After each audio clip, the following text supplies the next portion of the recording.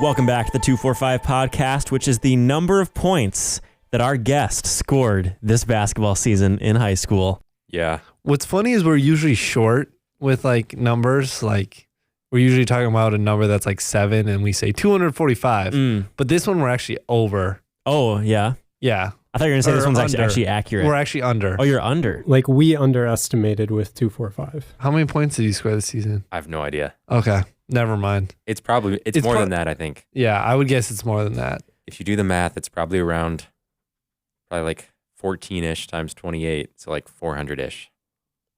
The 245 podcast, which is at least the number of points that our guest has scored this season in basketball.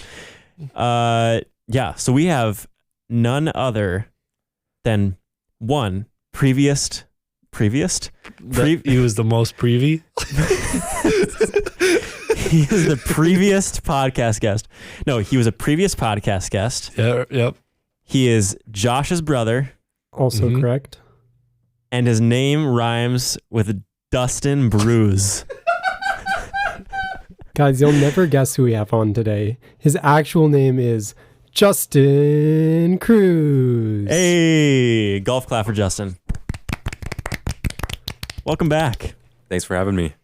How do you feel to be back here almost a year and a half later, the podcast? It looks a little different. It's got the cameras now. That's the first thing I noticed when I got in. So yeah, the cameras, we don't use them though. You also didn't record in this room, actually. I didn't? Yeah, we were in that room, the other room, the timeout studio. Was Josh here for the episode I recorded? He was, right? He was. Yeah, I was in like the timeout studio. Wasn't he? This was the really small one. Wasn't this part of our podcast trifecta day? Yeah, with Mr. Schumacher, Justin, and then a Q&A. Q&A, yeah.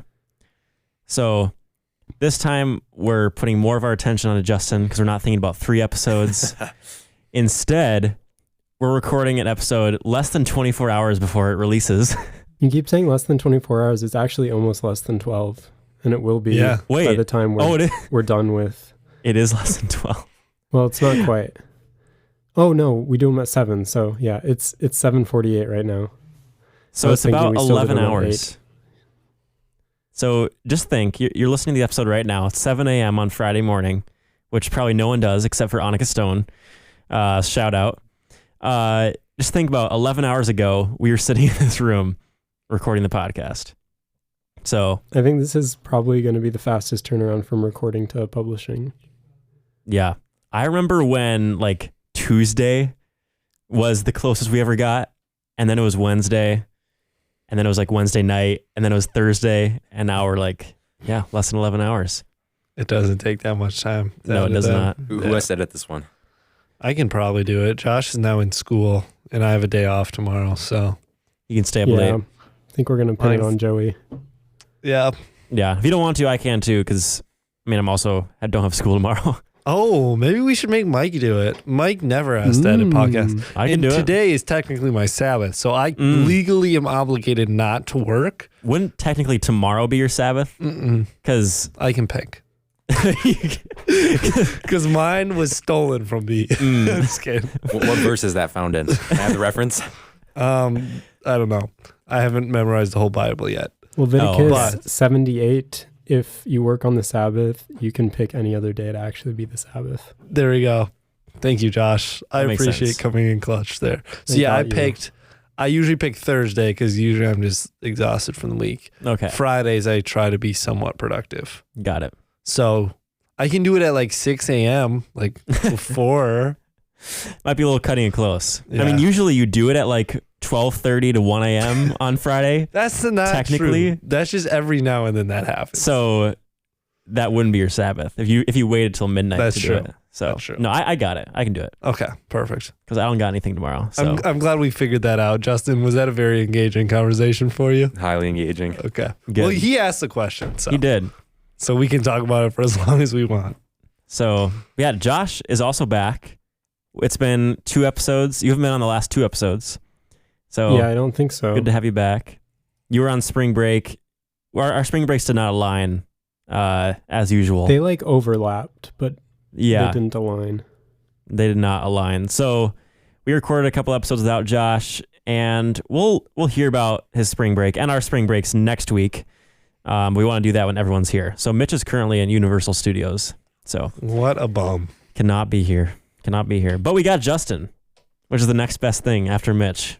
So that's good.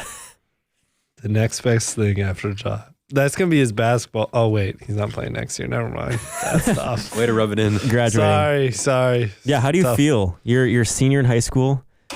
Last time you were on the pod, you were starting your junior year of high school. Junior year, wow. Now you're finishing up your senior year. Feel so old now. How do you feel coming to the end of high school? It's good. It's good to be done. He's not in that way, but it's been a long time. Yeah. It's a good 4 years, but it's also, there's better things to look forward to in life than high school. That's for sure. That is true. College is better than high school. High school is better than middle school. Middle school is better than elementary. Nothing is better than kindergarten. I thought you were going to say nothing is better than college. No, nothing's better than kindergarten. Actually, preschool, because we got naps. That's true. We got naps in kindergarten. Oh, really? Yeah. Mm-hmm. I didn't. What the heck? Wow. So where are you going? Do you know where you're going to college? What you're majoring in? I'm going to Dort next year. I decided that. That's new news. Oh, man. I We thought didn't even maybe- get a chance to talk you out of it. Are you kidding me? I thought maybe we could get you to come here. Yeah. Nope. I Not thought happening. if any of the cruises, Justin was the most likely. You were looking at it though. I looked at it. I looked into it. I took a few tours. I talked to some people, but nope, not happening this Okay. time. Well, this time. Well, okay. Yeah. Not happening ever. Ever. Okay. What were some of the deciding factors? What were some of the biggest things? I guess I feel like I'm in a Northwestern building right now. This might be sacrilegious. Just like in say. general, I think like for the areas that I'm looking at, Dort academics were higher quality Mm. than Northwestern for what I was looking to go into. What are you looking to go for? I'm looking into education, Oh, okay. possibly education with some. Currently, I'm not decided, but I'm thinking of double majoring in history education and political science. Oh, dang. Wow. Woo. So doing both of those, I think there's a little bit of overlap there. I think that sounds interesting. Mm-hmm. But just the programs I was looking at seemed a little better at Dort. I want to run track and cross country, and the programs for that are also better at Dort than they are here at Northwestern. Really? I'll give you that I one. think Northwestern is known for their track team. So where do freshmen stay? Are freshmen all in the same building? Always at the same building? I have no idea. Josh would know. Oh, okay. Freshmen, underclassmen boys are in North and East Hall. So North is the one I lived in my first 2 years. Okay. And East is like similar. And then freshman girls are in West Hall and Covenant Hall. Okay. Baller. We're gonna come visit soon. We'll see you soon, Josh. Yeah. In how many weeks? Like 3? Yeah, I think so. Because it's Monday, and then it's 1 week, another week Easter, and then it's Easter break, and then the weekend after that. So it's like a little over 3 weeks. Yeah. And when are you here for Easter? I get off Thursday night, so I'm back the 29th. Is that the date? Friday. Yeah. Good Friday, and then I get Monday off. Okay. Cool. Yeah. Well, I wonder if we'll see you. We'll see. We're gonna hang out the next weekend, so it's not like the big pressure to see you. Yeah, that weekend I'm singing at Wooddale Church for their Easter services because Sawyer asked. It's another big church in the cities. It's down in Edina. And Sawyer, or the director there, asked Sawyer for 3 baritones and 1 soprano to come sing in their Easter services. Very specific. And we're getting paid $300 to do it. So Nice. I have to do that. Yeah. Oh my gosh. So should be fun. What if It's you're kind of just a lot, bad? Mike. I know. Well, we sung there over Christmas too. Yeah. And we got paid $550 each to do that. And there was like 16 of us in that one. How many services was this? The Christmas one was just concert. It actually was not services. And it was a concert with like people to pay to go to. Mm-hmm. And this lady named Laura Osnes. I think I talked about this on the podcast. The Broadway chick lady. The Broadway chick lady. Yeah. Who was singing there. Great. Yeah, and then this Easter one is like their actual like Saturday and Sunday church service.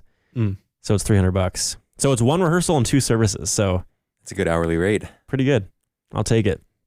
So yeah. Anyways, I don't know how I started talking about that. I think we're talking about Easter. We got off topic. Justin, anything else you wanted to say about your college decision? No, I don't think so. It'll be fun to overlap with Josh for a year at Dort. That'll be cool. Yup. Looking forward to it. You guys can say hi on the walkway.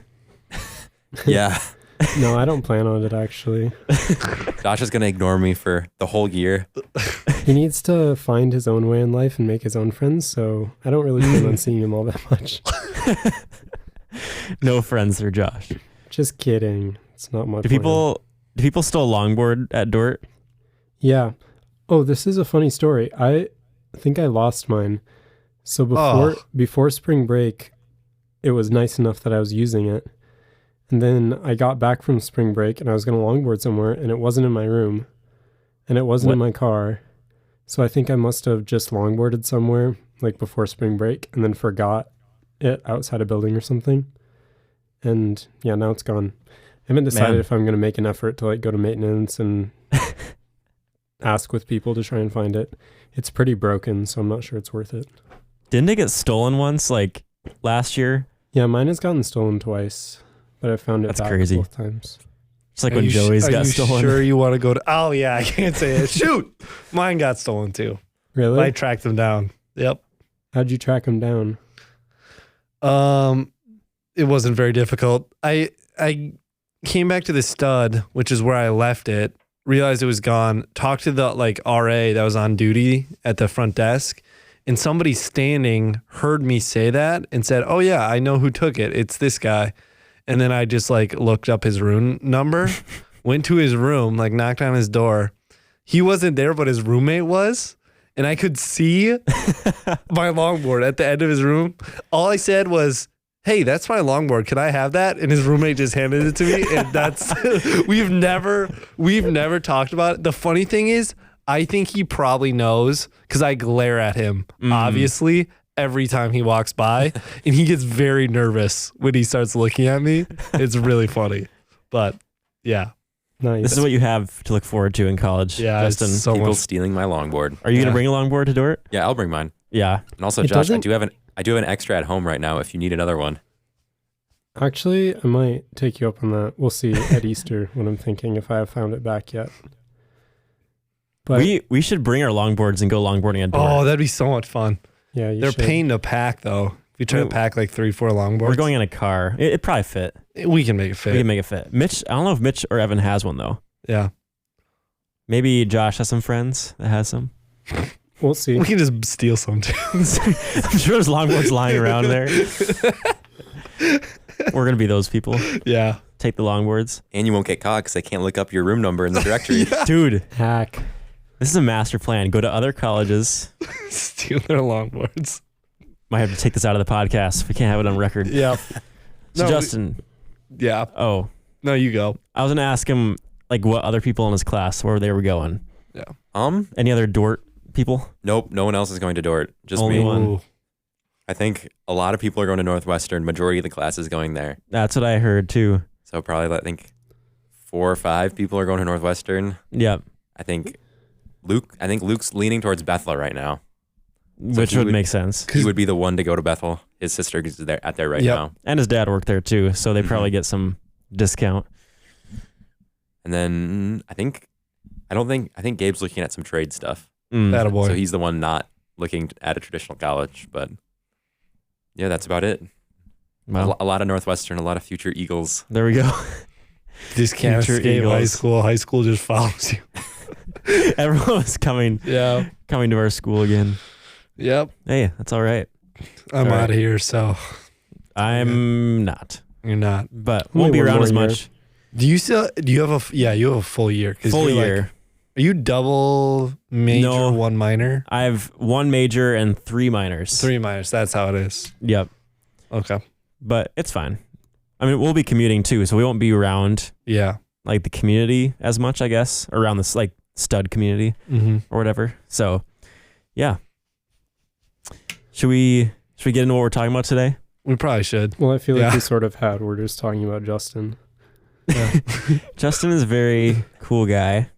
Oh, we were going to talk. Justin, you said you had a comment on some of our mail. So maybe we should start there because we Oh, yes. start with mail. I do. Okay. We're going there first. Let's do this thing. So I was listening to the podcast on the drive over here, and I talked with my parents about this earlier, and it was regarding the letter from Mrs. Ritzma to Joey regarding word games. I don't know what you're talking about. So I'm not a huge word games fan. I play them occasionally. I like bananagrams, all right. I play Wordle. I'm okay at it. But I think your argument that having a small vocabulary is better for being in ministry is just not correct. Really? Because do you think it makes you more relatable? Well, I would say that if you're using words that people don't understand, then they're useless. Well, I think having a big vocabulary will allow you to relate to more people because, one, if you have a bigger vocabulary, you can relate to people with a bigger vocabulary, and they'll respect you more because you're using words that they think are not better, but they're using words that they would use and are more understandable. Yeah, but how does the average person feel about that? Well, if you have a big vocabulary and you're trying to be relatable, you can use a smaller vocabulary when you're talking to an average person. Oh, okay. So you can just you can adapt your vocabulary based on who you're talking to. So if you just have a small vocabulary, you're just tied into one category. Okay. So that's the argument that's being made. Well, that's a valid point. I would make a different argument. Okay. Wow. I don't think using bigger words. I don't think people necessarily don't understand when you use more interesting words. I just think they're maybe not words that everyone would use, but they're not like brand new words to people. Okay. So I don't think you have to like talk like a caveman to be like relatable and how people understand you. I think you can speak interestingly with like an interesting vocabulary and still be totally understandable. Yeah, I was also going to talk about that like using bigger words just because people doesn't use them doesn't mean that they don't know what they mean. Because I think like... Okay, so that's... Well, okay. Because I was thinking like in terms of... There's like three things. There's like common words. There's words that people understand but aren't used very much. And then there's words that like 90% of people wouldn't understand. I thought we were talking about that third category, but I can see the argument that you're trying to make for the second category of like... Because that's my thing. Like if people don't understand them, then there's no point in using them, especially in ministry. Are those the words being used in bananagrams when you play? No, that's not what I'm talking about. That was just about vocabulary in general. And I'm bad at word games, so therefore he's just salty. I just like them, yeah. I think this mostly comes down to Joey doesn't like being bad at word games, so he is justifying not wanting to play them. Yep, that's exactly what I'm doing. And I stand behind my points.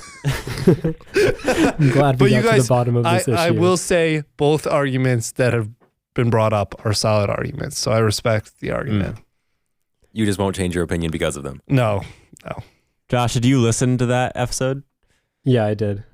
Okay, so you know the context. Yes.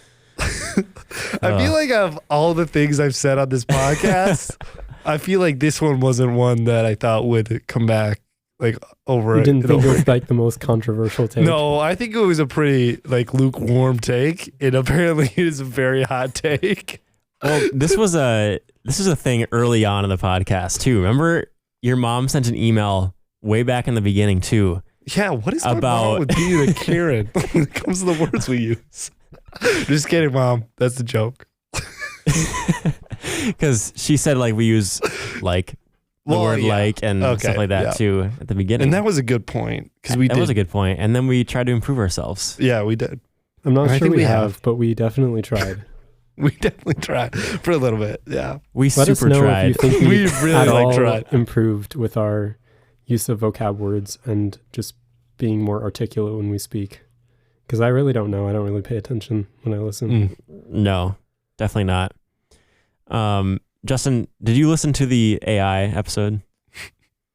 Was that the Apple one? Yeah. Apple Vision Pro versus AI. I think I listened to that, yeah. I just want to know, like, what are your thoughts on AI? On AI? Yeah.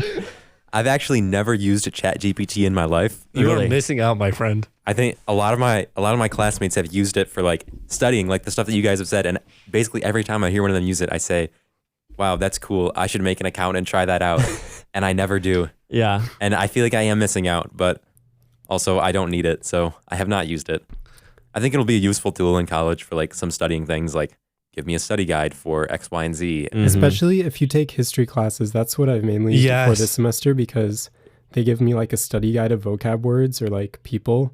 And I just like type the list into ChatGPT and say, like, give me a study guide or like define this word, or it's super good for that. Yeah. And that's, I mean, I said it on the episode. That's pretty much what I did for my historical perspectives exam. And like, it saves you so much time not having to look up each person individually. Yeah. But yeah. It's a helpful tool. It is a helpful tool.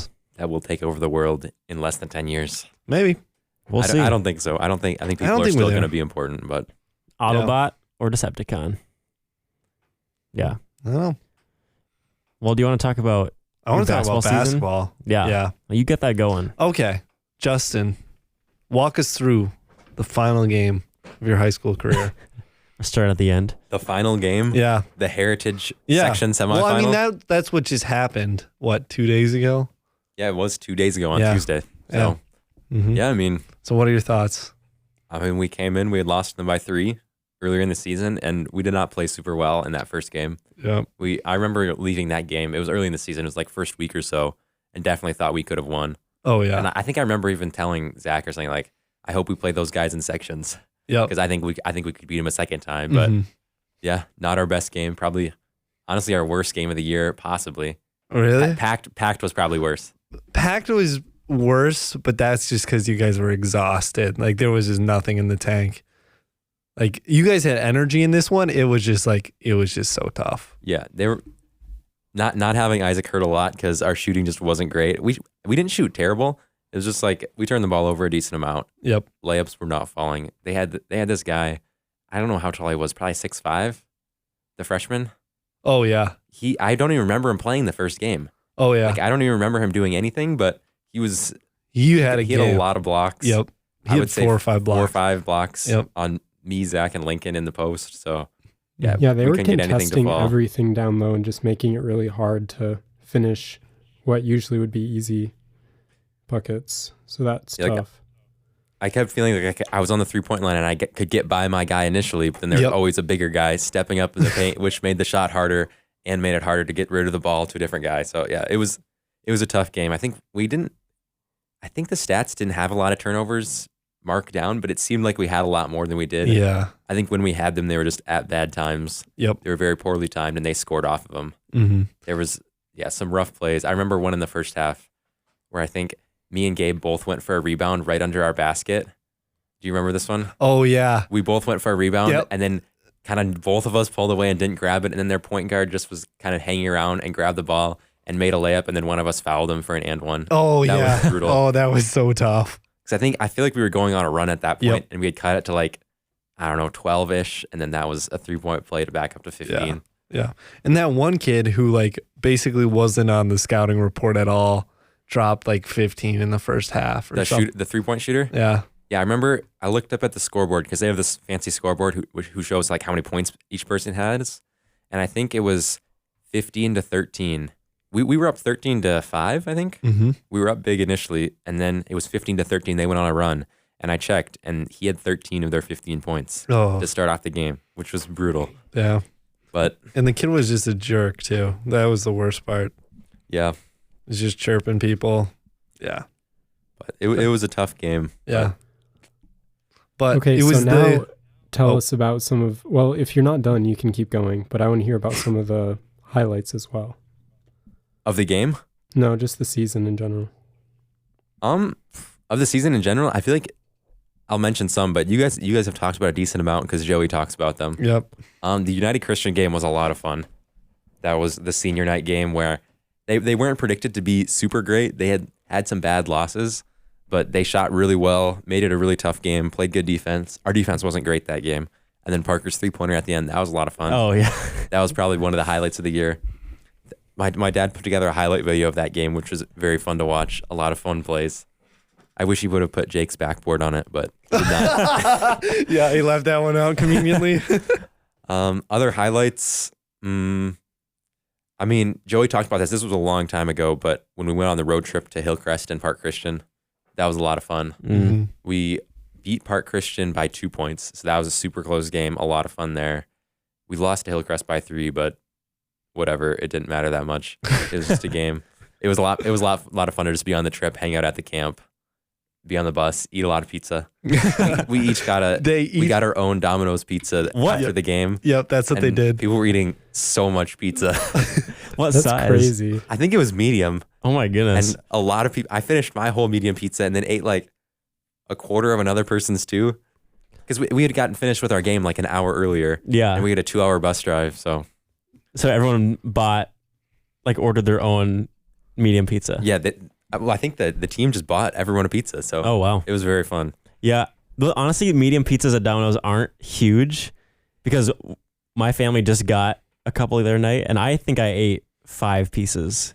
You can eat a lot of Domino's Out of 8. pizza. I feel like Yeah. the addictive crust makes it easy to just keep eating. So Just good. keep going, yeah. And if you just played a basketball game too, Yeah. and you have a bus ride, oh, that just hits different. Mm-hmm. So makes sense. Makes sense. Yeah, the initial road trip was a lot of fun. We had some tough games early on in the season. We lost because we won our first game against Park Christian, then lost to Hillcrest by 3. Then the next week lost to Heritage by 3 on Tuesday, New Life by 1 on Thursday, Oh, and Packed by 6 on Friday. man. So we lost 4 of our first 5, but then we won a bunch in a row there. Yeah. And I think our other loss of the year, we lost to Choff by 3 and Trinity by 6. The But- Choffers. So you, The Choppers. you never got blown out, really? No. Until the last game, no. Yeah. Trinity was close to a blowout. They were up, I want to say, it was only 8 at half. Mm-hmm. But then at the beginning of the second half, they made a bunch of threes. Yeah. Got up. It was 18-20 at one point. And then they just were unable to handle our full court press, even though it wasn't even that good. They turned the ball over a ton. We got it down to 6 at the end. And it was close. It was a tight game by the end. But that one was close to being a blowout. It didn't end up being that way. But Is it harder to lose by 3 to 6 every time? Or is it harder to lose by a lot? I would say it's harder to lose by a lot. Yeah, Because then the whole game, you're not really in it. that's true. In the close game, it's like you're trying until, not that you don't try in a blowout, but you're trying until the end, and you trying actually has a point until the end. Mhm. You still could win. When it's a blowout, it's like you're still trying, but you deep down you know it doesn't matter. yeah. There's nothing you could do to make it closer. Mm-hmm. But then you're thinking, if I just made that 3 earlier, we would have won. Yep. Or There's always you can there's, always think of little bits that could have had an impact, but yeah, it's just not the way Like- the game works. in the New Life game that we lost by 1. We were down 10 with a minute left, Mm-hmm. and we had a crazy comeback. We had shot terrible on threes that game. I think we didn't shoot a ton, but we were 0 for 8 with a minute left in the game. And then we made a few shots. Isaac Ani hit a huge 3 with 20 seconds left, which is our first 3-point make of the game. And that tied the game, I remember. It was 61-61 after that 3. The other team was shooting terrible on free throws too, so our fouling worked really well. Mm. And then I remember they inbounded it. We were pressing in the tie game. And I think Isaac forced the guy out of bounds. He dribbled out of bounds on the sideline. So we got the ball with 7 seconds left, I think. And we had the inbound, and I was inbounding. And I remember we drew up a play that didn't really work. And I passed to Zach, hoping that he would go to the backcourt. But I think he stayed in the front court. So then I just threw the ball into the backcourt. Oh And no. he couldn't get to it. And I remember another guy from New Life ran, grabbed it, and then went for a shot and got fouled with 1 second left. And you're tied. And we're tied. And they ended up, that guy was a terrible free throw shooter too. And you made it. I don't think he had made one all game. Of course. And then he misses the first one and then makes the second one to win by 1 point. That game was brutal. Yeah. That's tough. But That game was. Then we blew out New Life by 25 in sections. So Yep. So Do we Got have him back. confirmation on if this is the farthest Avail has ever gone? yes. Yes. Okay, that's what I thought. So you should talk about that, how you were seated and how close you actually were. Yeah, we ended as the 4 seed, which was, I think, so kind of how the Minnesota Basketball League does it for section rankings. They do it based off a QRF number, which is kind of just a composite number based off a bunch of calculations based off your record, the record of the teams you play, and I think the record of the teams you play. Yeah, It goes it's crazy. 3 layers deep or something. Yeah. So based off the QRF stats, we were 4th in the section. The top team was Choff. Second team was Heritage. Third team was New Life. No, not New Life. West Lutheran. Mm-hmm. And we were the 4th seed. But us and West Lutheran were super close in QRF. And since we had beat West Lutheran head to head, we were hoping that we could get bumped above them in kind of the coaches vote, but not how it worked out. So Heritage ended up moving up to the 1 seed. Choff was 2, West Lutheran 3, us 4, New Life 5, Liberty 6, Trinity 7. So we got the 4 seed, which was, I think that's the highest seed we've ever had. It's gotta be. It's gotta be. I think so. Because last year we were the 7 seed, and the top 4 seeds get 2 buys. So we got a bye until Saturday, which was super nice. Because if you're kind of 5 through 8, you have to play a play-in game Thursday, which I remember we did last year. We played Trinity in the play-in game and then lost on the Saturday. But yeah, the 4 seed, we were happy with it. Wow. It was a good seeding, and New Life ended up being a pretty good matchup in the first round, which was a very fun game. So you got a bye, and then you played New Life, and then you lost in basically the section semifinals. Yep, the section semifinals. And then the section final is actually tomorrow, Friday, the day that the podcast comes out. It's Heritage versus West Lutheran. Mm-hmm. So we'll see who wins that and goes to say. Choff? West Lutheran did beat Choff in overtime. Oh, really? That was an overtime game? West Lutheran was down 12 at halftime. Whoa. And then had a big second half comeback and then won in overtime to win by 5. That's crazy. Wow. Yeah, that'll be a good game. So Avail usually loses like first or second round. I feel like I remember winning maybe a play-in game, but I never remember winning a section, like an actual section game. Yeah. No. I think, because last year we made it to Saturday, which is kind of the quarterfinals, but then lost Saturday. And I think Avail's been to the quarterfinals a decent amount of times. Yeah. Kind of been in the top 8 teams, but usually not past that. Yep. Nice. Next year's our year. Yeah. Yeah. Nope. I think it's going to be a bit. Well, I actually don't know. I'm very interested to see how next year goes because like varsity scrimmages the JV all the time. And varsity wins every time, but especially later in the season, I was always amazed at how close like some of the games went. Mm-hmm. Yeah, the JV guys improved a lot over the season. And there's a lot of them that are on very similar levels. So but they all have very different roles in terms of like 3-point shooting, like post players. So I think they'll work out pretty well with the 3 starters that will still be there. Jake, Lincoln, and Isaac. Just got to stay injury free. Yeah, I just got to stay injury free. Hope Isaac stays healthy for a season. Yeah, because the last 2 he's been out. Yeah, he's had last 3 actually. Oh, really? Has it been? He broke his hand as a freshman. Oh, right. Yep. Oh, I forgot about that. Yeah, because he didn't start till later on. Yeah. That made a huge difference when he started. Yeah. And then you guys had the most wins. Yep. Most consecutive wins. Yeah, I don't remember how many in a row we won. I think it was 11 or so. Yeah, it was crazy. Wow. And I think the record was 9 or something. It was something. I think we got the record last year. Oh, yeah. Yep. I don't know. I don't like that record a ton because it's like our conference is so bad and we play so many just garbage games. Mm-hmm. Like we had a stretch in the middle where it was like a few weeks where I feel like we didn't have a tough competition because we were playing Hmong and AFSA and North Lakes and Chesterton. A lot of those teams are just very rough right now. Yeah, and it's tough because you got to play conference teams twice. We didn't this year. Oh, really? We didn't play any conference teams twice except Lila. Oh, really? Huh. Kind of, since our conference is so kind of uneven, since like there's like us and Liberty at the top and then Math and Science, Lila, and then all the way to the bottom, Groves and AFSA, they changed it where the conference teams play each other once for the most part. Okay. And then a lot of some teams play twice. Like I think AFSA and Hmong play each other 3 or 4 times. Yeah, that makes sense. They're very similar, so it's more fun for them to play each other, and like we don't really want to play them multiple times. Yep. But yeah, we played. Other than the conference tournament, we played TCA twice, Liberty twice, and Lila twice. Mm-hmm. But okay. Yeah, that was another highlight. Winning the conference tournament, that was a lot of fun. Yeah, that was a very good game at Hiawatha.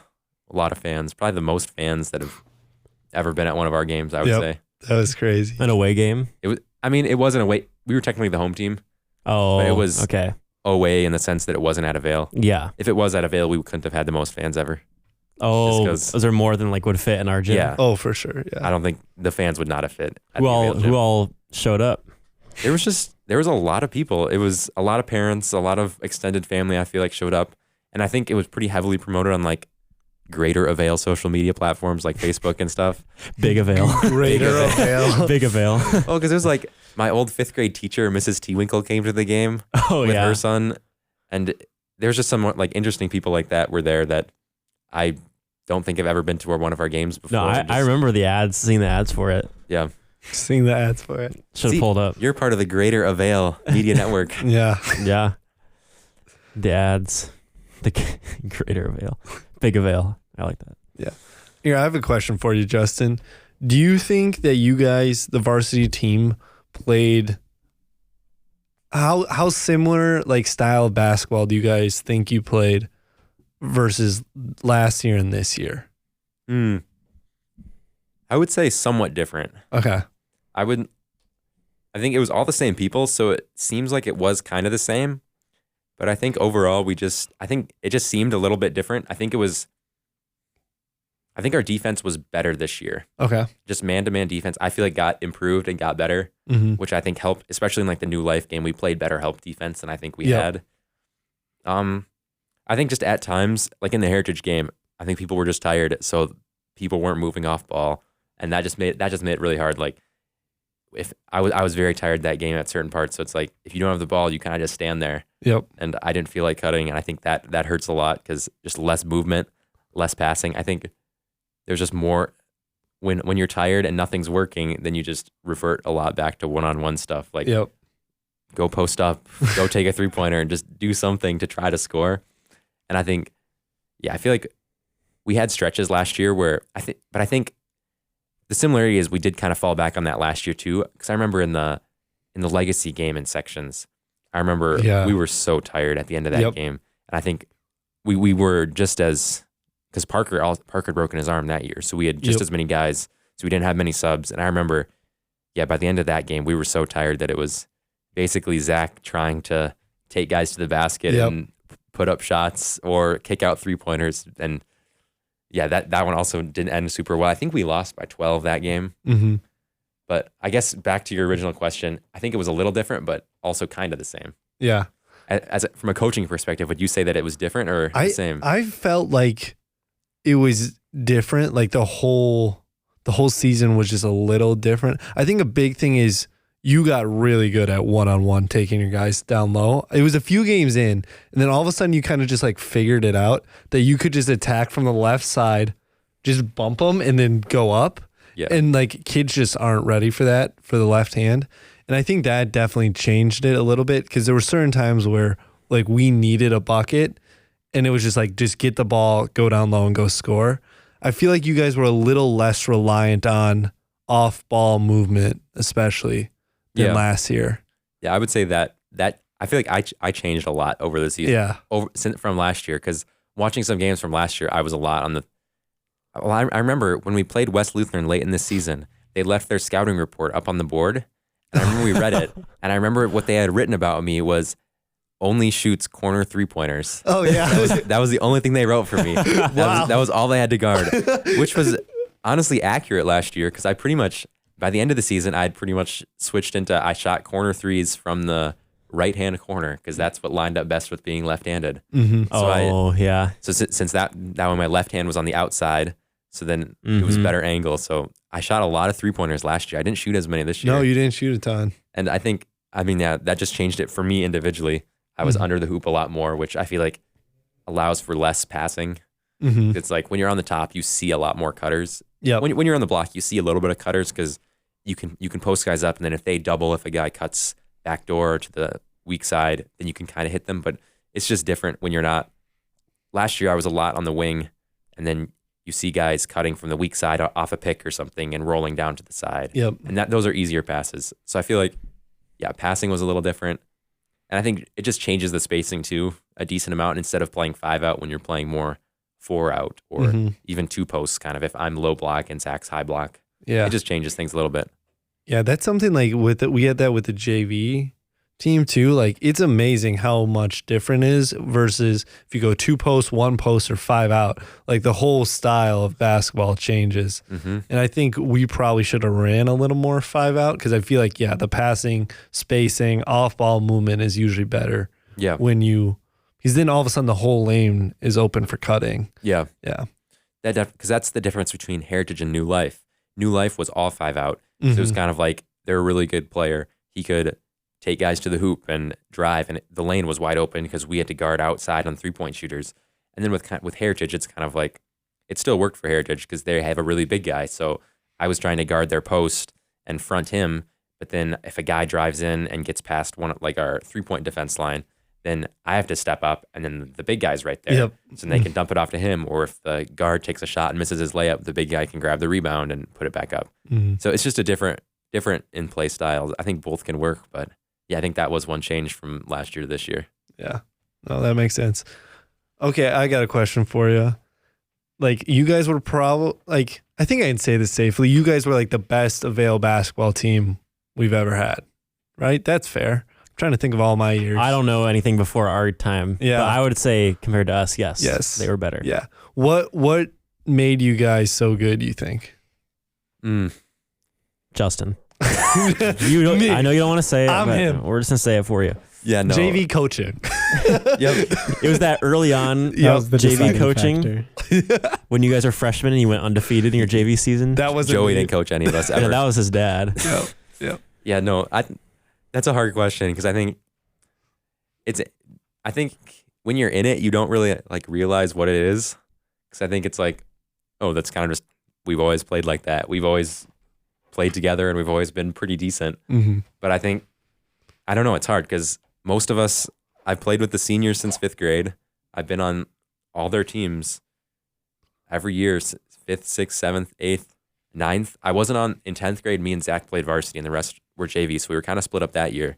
But then junior and senior year, we were all the same. So I think it's hard to pick out like a specific thing. I think just being balanced helped a lot. Like Zach's going to score a lot of points most nights, but I think other people can score a lot of points if they need to.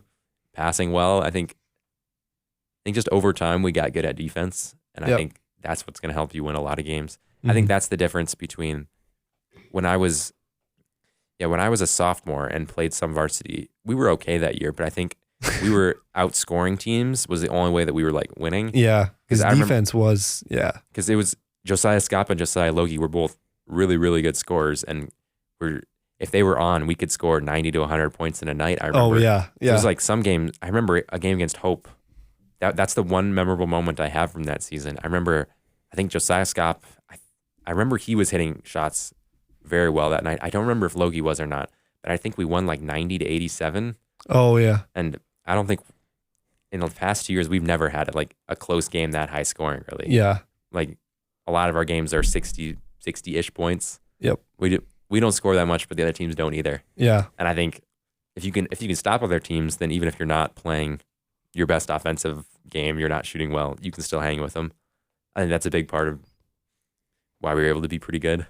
I think defense helped a lot. I remember in our years too, like Corey or Glenn always talked about how we lived or died by the 3, and like if we were hitting shots, even not threes, like we were fine, but we just didn't play good enough defense to stick with teams if we were having an off offensive night. Yeah. I think we never got super reliant on 3-pointers. Yeah. Because Jake was a good 3-point shooter, like percentage wise, but I feel like he doesn't shoot like a ton of. He doesn't shoot like volume 3-pointers. Yeah. We don't have anyone that kind of just hangs around the 3-point line and just launches threes all game. Yeah. Like Scott.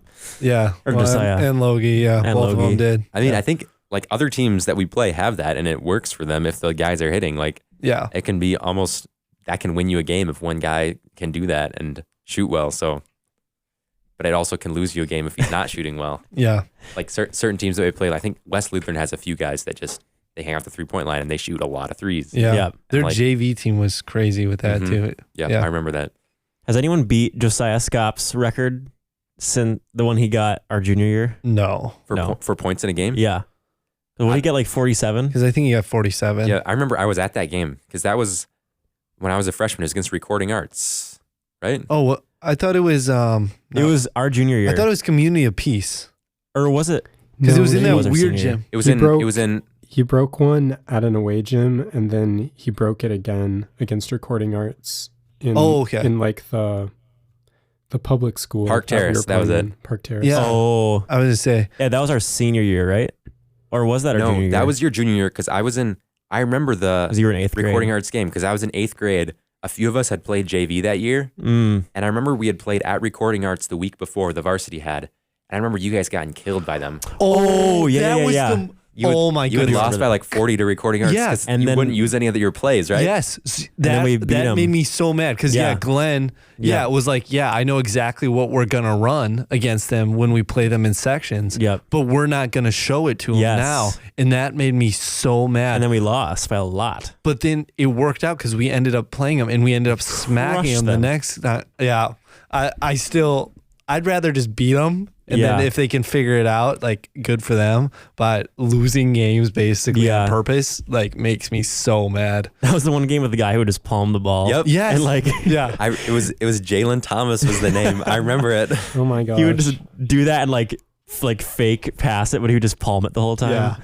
I still remember like multiple guys from Recording Arts that year. Yep. There was him, and then there was the other guy who was kind of the skinnier guy who had really crazy dunks. Yeah. In the first game.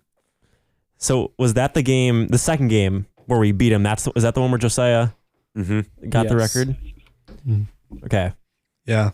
Well, with this group, none of them would, because their scoring was the amount of games you guys had where you had like 4 or 5 guys in double figures. Like you'd way rather have that than one guy score 47 points. It's so easy to lock down one guy if you know what you're doing. But when you have 4 guys that are averaging double figures, like as a coach, I don't know how you stop that. Yeah. I mean, or if one guy scores 40 points and no one else does anything, like we had that against Math and Science this year.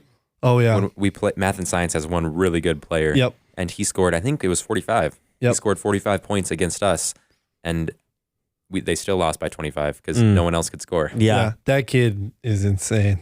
Yeah. The Math and Science guy, I was looking at some of their scores, and in their final section game, his team lost, but he scored 54 points and had a triple-double. He had 10 steals, 12 rebounds, and 54 points. Holy cow. 54 points. That's, yeah. But yeah, that guy just had no help. I can't imagine how easy it would be for him to score if he had like just 1 or 2 guys that could just pass and cut. Like he would just get layup after layup after layup. Yeah, it'd be so easy. Okay, do you have any other questions for Justin about basketball? Otherwise, I don't think so. we can make a flip and we can talk about your flipping business. Ooh, good transition. His flipping Wow. business. The best Flipping segue business. probably of this season. Yeah. How's the flipping business going? It's been pretty good. It's been a little slower with basketball season just because I'm more busy. I have games at night, so I don't have much time to list. I have school in the day, so I can't go to thrift stores as much. I know. I've thought about it, but no, I have not. Mom and Dad. But Definitely no. no, I just don't buy as much stuff, so I don't sell as much stuff. It's just kind of how it works. But I sell on average, I think, a thing a day. Oh, okay. I could average around there. So it's usually every other day I ship out a few packages. But yeah, a lot since the last time I've talked to you, it was 2 years ago. At that point, I was probably selling a lot of stuff from garage sales, I would guess, and a lot of stuff from like Salvation Army and Savers. And now I probably don't sell. I would say 95% of the stuff I sell is from the Goodwill bins, which is that is now my big money maker just because it's cheap and it's very accessible. Like a garage sale, I could go garage sailing for, I would sometimes go out 5-6 hours on a Saturday and find not much. And now the bins, you can go 4 hours and fill a cart with 20-30 items. Yep. Which is just volume wise, it's a lot more efficient. Yeah. Can you explain the bins to the people that might not understand what that is? We have some friends that sell stuff from the bins too. I've actually met some of your friends at the bins. I've Is talked to them there. The Deloys? I met Tim at the bins one time. And Doug Deloy. I don't know about him. I met Tim. He's the one that I remember. What's their name for their business? It's like The Return of the Thrift. Yeah. He was something Star Wars. Yeah. Do they sell like jointly, both on the same account? Yeah, both of them work together. Yeah. Interesting. How did you meet him? I remember. How was it? I think I had my cart set up, and he was going around just like asking people if they had found anything good. Because I think a lot of times, like people there, they talk to people like me who aren't. Because I think there's a big group there that are really into like kind of like the vintage niche of stuff, who sell like exclusively vintage stuff, and that's not me. I sell a lot of more contemporary and other stuff. And I think a lot of times the more vintage themed people talk to people like me asking to buy vintage stuff that I find. So he was kind of going around asking. I've had other people do that too. And I think I recognized him from one of Joey's Be Reels or something. Oh, really? He was in your Be Reel or something. And so I asked him, do you know Joey? Because I knew that you had some friends that went there. And then, yeah, he made the connection. So I met him there. So it's kind of like it's called the Goodwill outlet. There's the Goodwill outlet. They're pretty rare, actually. Oh, really? I've looked it up. There's not that many in the country, but there's 3 in Minnesota. There's one in There's one in Brooklyn Center, one in Chaska, and one in St. Paul. So there's 3 in kind of the metro-ish area. Like how many total? I think there's less than 50. Like there's less than one per state. Some states don't even have one. Wow. I checked. I looked it up because I looked to see if there's one in Sioux Falls, to see if I'm at Dort, if I can go to the bins. Yeah. Is there in not? Sioux Falls, and there's not one in Sioux Falls. That's so tough. So it's it's called the Goodwill outlet, and what they do is they have these big boats. They call them boats. They're big bins that they have, and they roll them out on lines, and kind of at the beginning of the day, everyone lines up about 20 minutes before it opens. At least that's when I've first seen people get there. Maybe some people get there earlier than that even.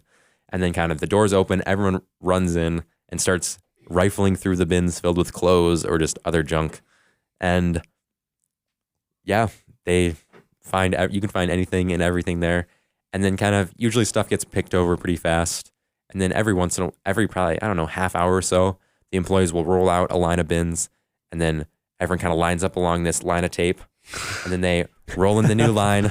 Everyone stands there kind of awkwardly, shoulder to shoulder with people, and no one says anything, and it's kind of silent and weird. And there's always like the guy, because you're supposed to not touch them until every bin is rolled out, and then everyone kind of just like dives in. Mm-hmm. But there's always like these guys that kind of like try to subtly pick at like things to like check the tag or like see what it is to make sure if it's something they want to look for. I don't like people like that. Yeah. Luke actually does that occasionally, which annoys me. Really? Call him out. I make fun of him for it. Good. But I don't like people that do that, but a lot of people do it because it's kind of like they line up at the beginning, and then if they see something that they like, they'll stay at their spot. But if there's not something they like, then they move down just so that a new bin comes out, hoping that something good comes in front of them. So the strategy was... it's wild. It's not a word game. Because have you been there? It's not a word game. Have you been to the bins? I've not been to the bins. It is the most... And then you realize like most of this is just complete garbage. Yeah. Yeah, like that's most of where it's bad. That's where it goes after. They gotta throw it away after it's picked up. Like people are fighting like Black Friday, and at the end of the day, it's bins of garbage. It's the wildest yet thing. it's Black Friday every day. Yes. From 8 to 4. Yeah. Wow. Yeah, me and Luke have our strategies. A lot of times what we try to do is we try to like kind of block out a full bin on a rotation. Oh, So okay. we stand next to each other and try to like widen your legs as much as possible to take up like maximum amount of space. And then you kind of block off a whole bin so that we can have it to ourselves and kind of go a little more slow. Yeah. So when you're hilarious. shoulder to shoulder, you kind of have to dig through really fast to find stuff. like one time I was kind of mad I missed out on this because I was lined up in a bin and there's kind of the stuff in the front and then stuff is kind of buried in the back. So there was something kind of buried in the back, but you could, from the opposite side, you could see a Carhartt tag. Oh. And I couldn't see it. So I was like, I don't see anything good. So I moved, and immediately this guy runs from the other side, like literally running in the store, runs in and takes my spot. And then after Luke texted me, because I was at a different spot, he said, "You saw the Carhartt thing by you, right?" And I did not. It was like a Carhartt vest or something. It was pretty decent. It would have been nice to grab, but it wasn't anything like worth hundreds of dollars. But still, it was funny. Wow. But yeah, that's kind of the overview of how the bins work. You pay for it by the pound. Yeah. So the more, and then it's kind of a tiered system. So if you buy, I think less than 10 pounds, it's like $3-ish. 10 to 25 pounds is $2.50, and I think over 25 pounds is $2. $2 for 25 pounds. $2 per pound. Per pound. Okay. Oh, I was my saying, goodness, holy Mike. cow. So like, that's a lot of clothes. That's true. So if I get 25 pounds, it's $50. That's still a lot How of... many pounds do you average? I usually get over 25 pounds per time. Okay. How many like shirts is 25 pounds? Because I feel like that's a lot. I mean, shirts is light. Shirts are around 8 to 12 ounces, so that's a lot of shirts. Yeah. But a lot of times I'll get heavier stuff like a sweatshirt or a hoodie. True. A hoodie is usually around a pound-ish. Okay. So it's like, if you think of it, a hoodie is around between $2 and $3, I would say. Yeah. But yeah, if you're getting that much clothing for $50, I mean, Yeah, it's I good. try to usually do it so that I can pay off everything with one item, which is nice. Yeah. But it doesn't always happen, but that's kind of That's your goal. my internal goal. Like, try to find one thing good enough to pay for everything. Yeah. Because then you kind of, if you buy some bad stuff, it is what it is. Yeah. But what are some of the most wild things you've found at the Goodwill bins? ooh, that's hard because I get so much stuff that I kind of forget. Oh, Like there's a lot of things that go in and out of my eBay account. So I have a photo album on my phone that I kind of try to look through to remember the good things. One of the cooler things, you might have seen it on my Be Real. I had this, it's kind of a leopard print Air Jordan brand tracksuit. Oh, yeah. I've seen A hoodie that. and pants set. Yep. And I listed that on eBay, and I think I've had like 4 or 5 of my friends like ask me about it too, like if it's for sale or like how much it is too. That thing was cool. I found one of the crazier finds is it's a pair of, if you've seen Foamposite shoes, it's a kind of a Nike basketball shoe line that Okay. people more just wear because they look cool. They're called Foamposites. And I found a pair. They're called the Dr. Doom Foamposites. They're from 2016, so they're decently old. And I looked at my size. They're a size 13. The pair that I got sells on StockX brand new for like over, I think, $700. whoa. And mine are not in the best shape. I think I listed them for 150. They haven't sold yet, but still, that was a pretty crazy find. Yeah. Especially because I saw some guy put them back. Oh, It was one of kind of the regular bins people. I think I don't actually remember who it was, but I think they grabbed them and kind of looked at them and then put them back, and I grabbed them. I didn't know what they were at first, but after I kind of looked them up, I realized that they were Foamposites, and that was exciting. I've never found a pair of those before. They don't look actually that great, but I just People looked like them 'em. up and I'm like, those are not my favorite.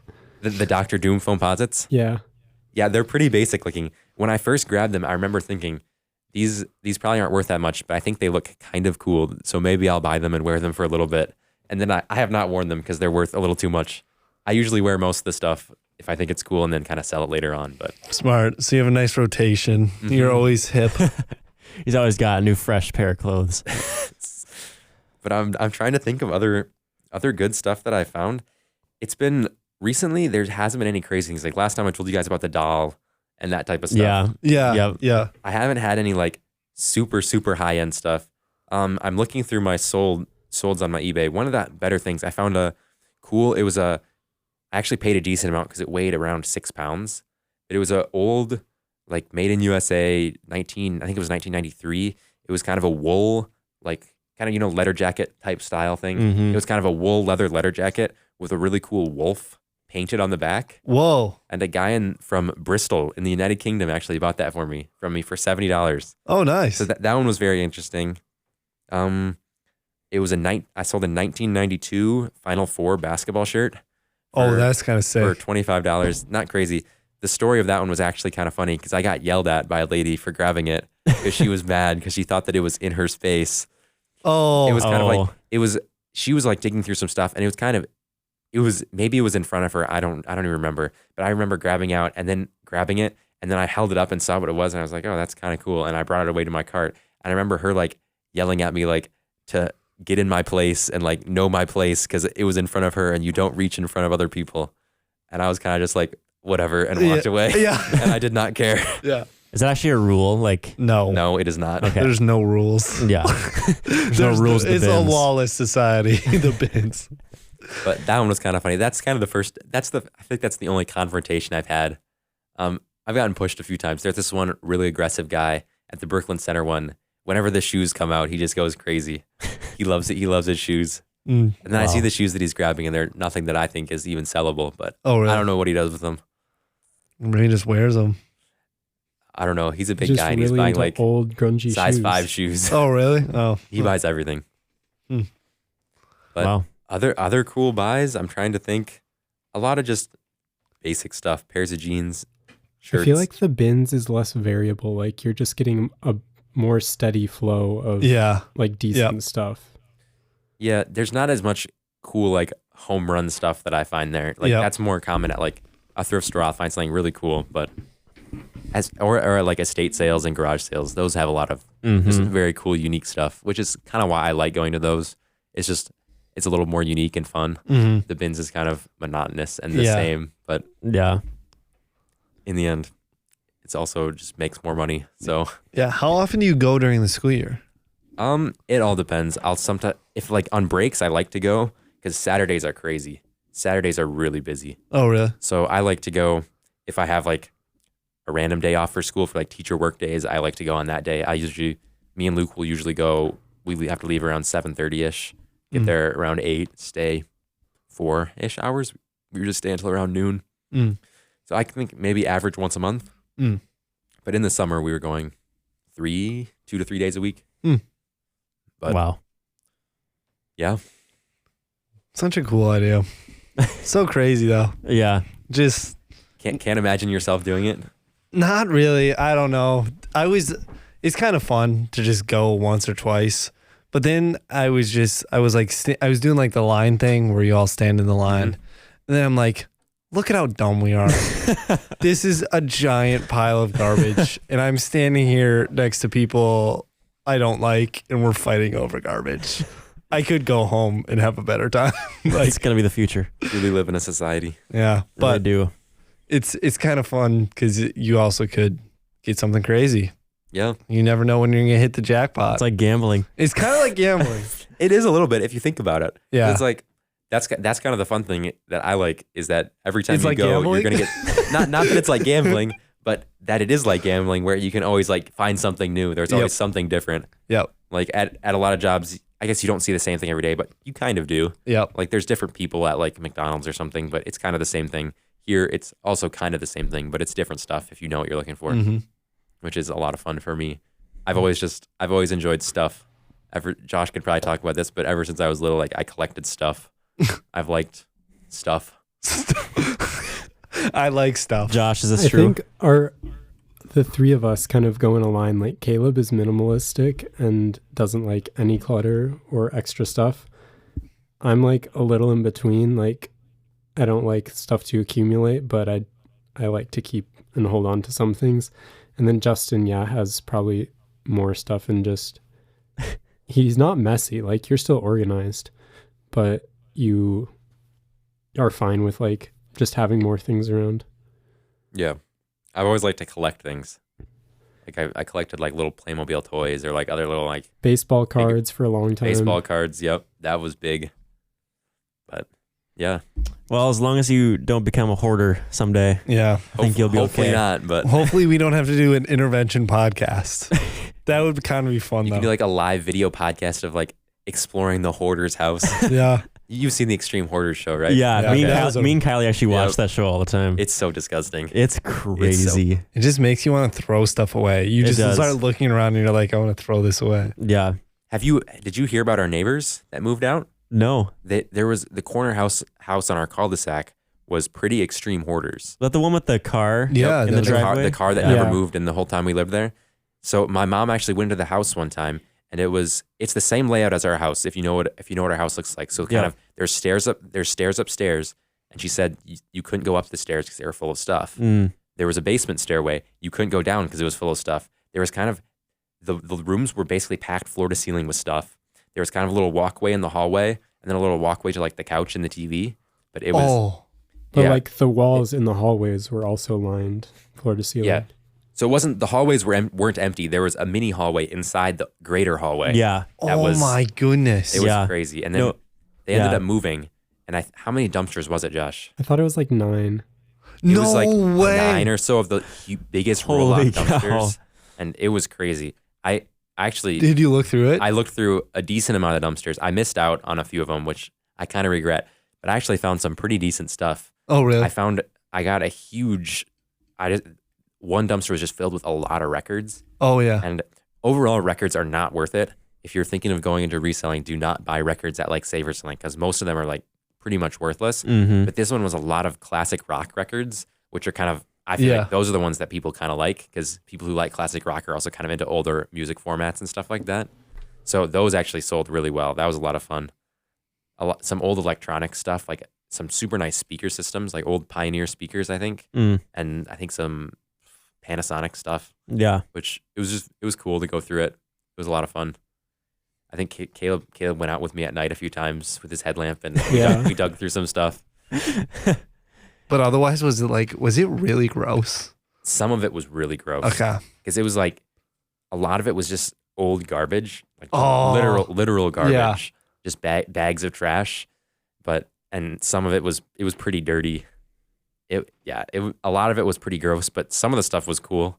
And I think dumpster diving is a lot of fun. Yeah. Because it's kind of like stuff that some people think are just totally garbage. Yeah. There was during the cross country season, there was a dumpster kind of by Lock Park that I would run past it a decent amount of days. I would plan my routes that I could run past it and take a little break and dive the dumpsters. And then I would pull out some stuff and then drive by after practice and grab some stuff. I found some pretty cool stuff there. It was an old cast iron Swedish cake pan. Ooh. That ended up, I think I sold it for $75. Yeah. Wow. I pulled that from a dumpster. That one was a lot of fun. But I think dumpster diving is a lot of fun. I've thought about going into storage units. I think I talked about this Yeah, you did. on the last so cool. podcast. But yeah, the funny thing is, in our economics class this year, we had to plan a small business. Yep. Yeah. And me, Zach, and Luke made our business called Elderly Estate Cleanouts. So our plan was to like kind of clean out elderly people's estates as they were like kind of downsizing to senior living. It never really took off because we never got any clients. But that was our idea. Yeah. Kind of how We it ended up. goes. I've always wondered that because that would probably be the most efficient way to do thrifting, because then you have this whole house, but you're the only ones that can access it. I wonder why that's not a more common thing. Like, do you have any thoughts? Well, one thing that I think is older people especially, like place value on weird things. Yeah. So like it's kind of tough to go into a person's house when they're still there because they're kind of watching over your shoulder like, oh, that's worth a lot, right? And it's kind of disappointing when you tell people like, oh, that's really like you think that's worth a lot of money and it's not.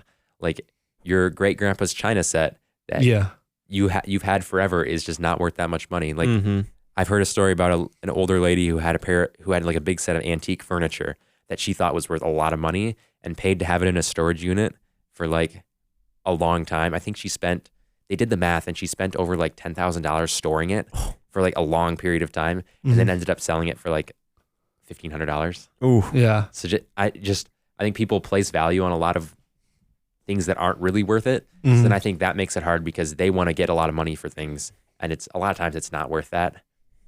I think the average is like the possessions in your house are only worth like $6,000 to $8,000. Yeah. And people think you paid a lot more for that, so you think you should get it. Yep. And I also think a lot of people just get rid of stuff and don't think about like, oh, people could actually sell this. So I think it just gets thrown away, and there are some businesses like 1-800-GOT-JUNK. There's a lot of junk removal businesses that we kind of researched for our project, and a lot of those just throw stuff away. I don't think they're as into the reselling. Yeah. So that's our mission / goal was to kind of bridge the gap between junk removal and reselling. So kind of we'll remove the junk, but then we're also picking through it and reselling some stuff. But I thought it was a decent idea. It just never took off. We put some flyers out, like we went to libraries and Perkins and places where we thought old people would hang out. Nice. Libraries and Perkins. That's great. It never took off. We never got any calls. We never got any emails. And like the next step was to go door to door. And none of us were super motivated to go door to door asking like, are you thinking of moving to a senior living facility? Could we clean out your house, please? It's such a small population. Like, it was. It's also a big job too. Yeah. For 3 high schoolers too.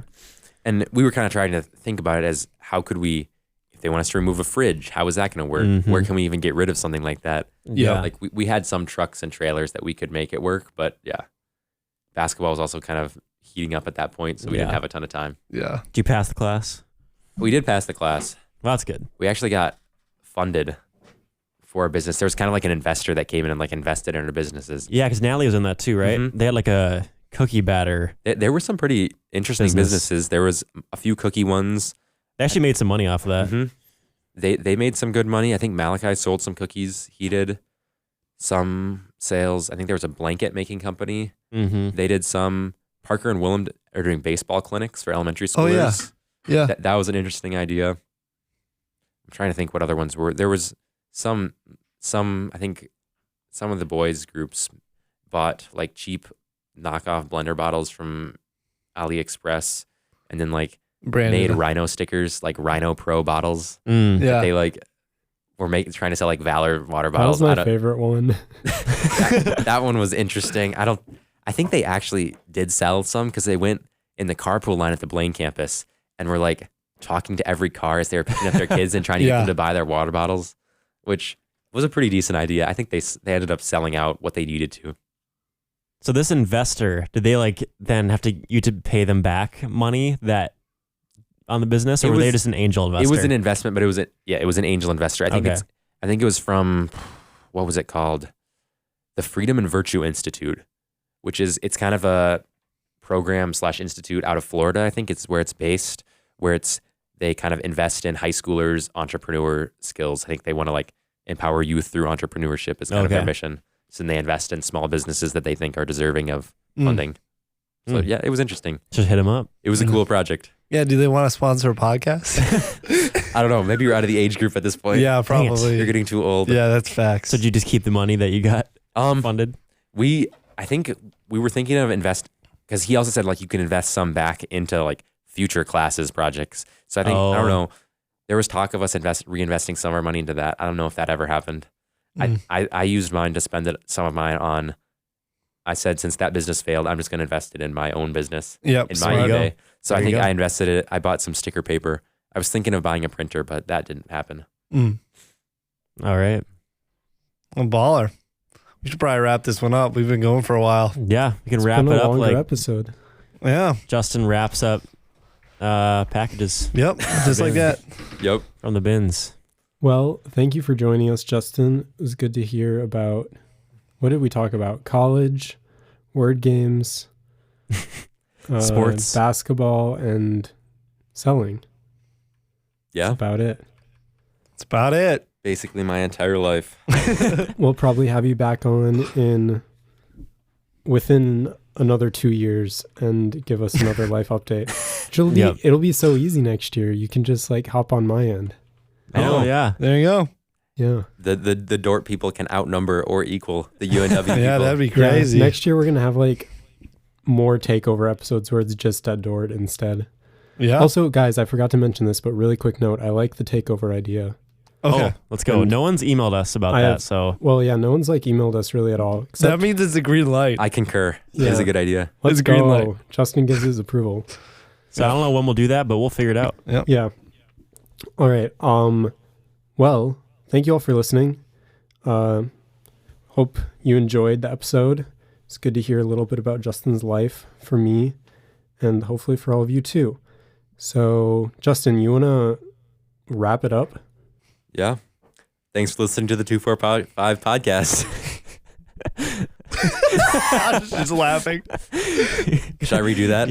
You just kind of butchered the name. I couldn't help but notice, but Thanks for listening to the 245 podcast. there we go. Hope you all have a great day. Catching the flippity flip. Peace out, gangsta.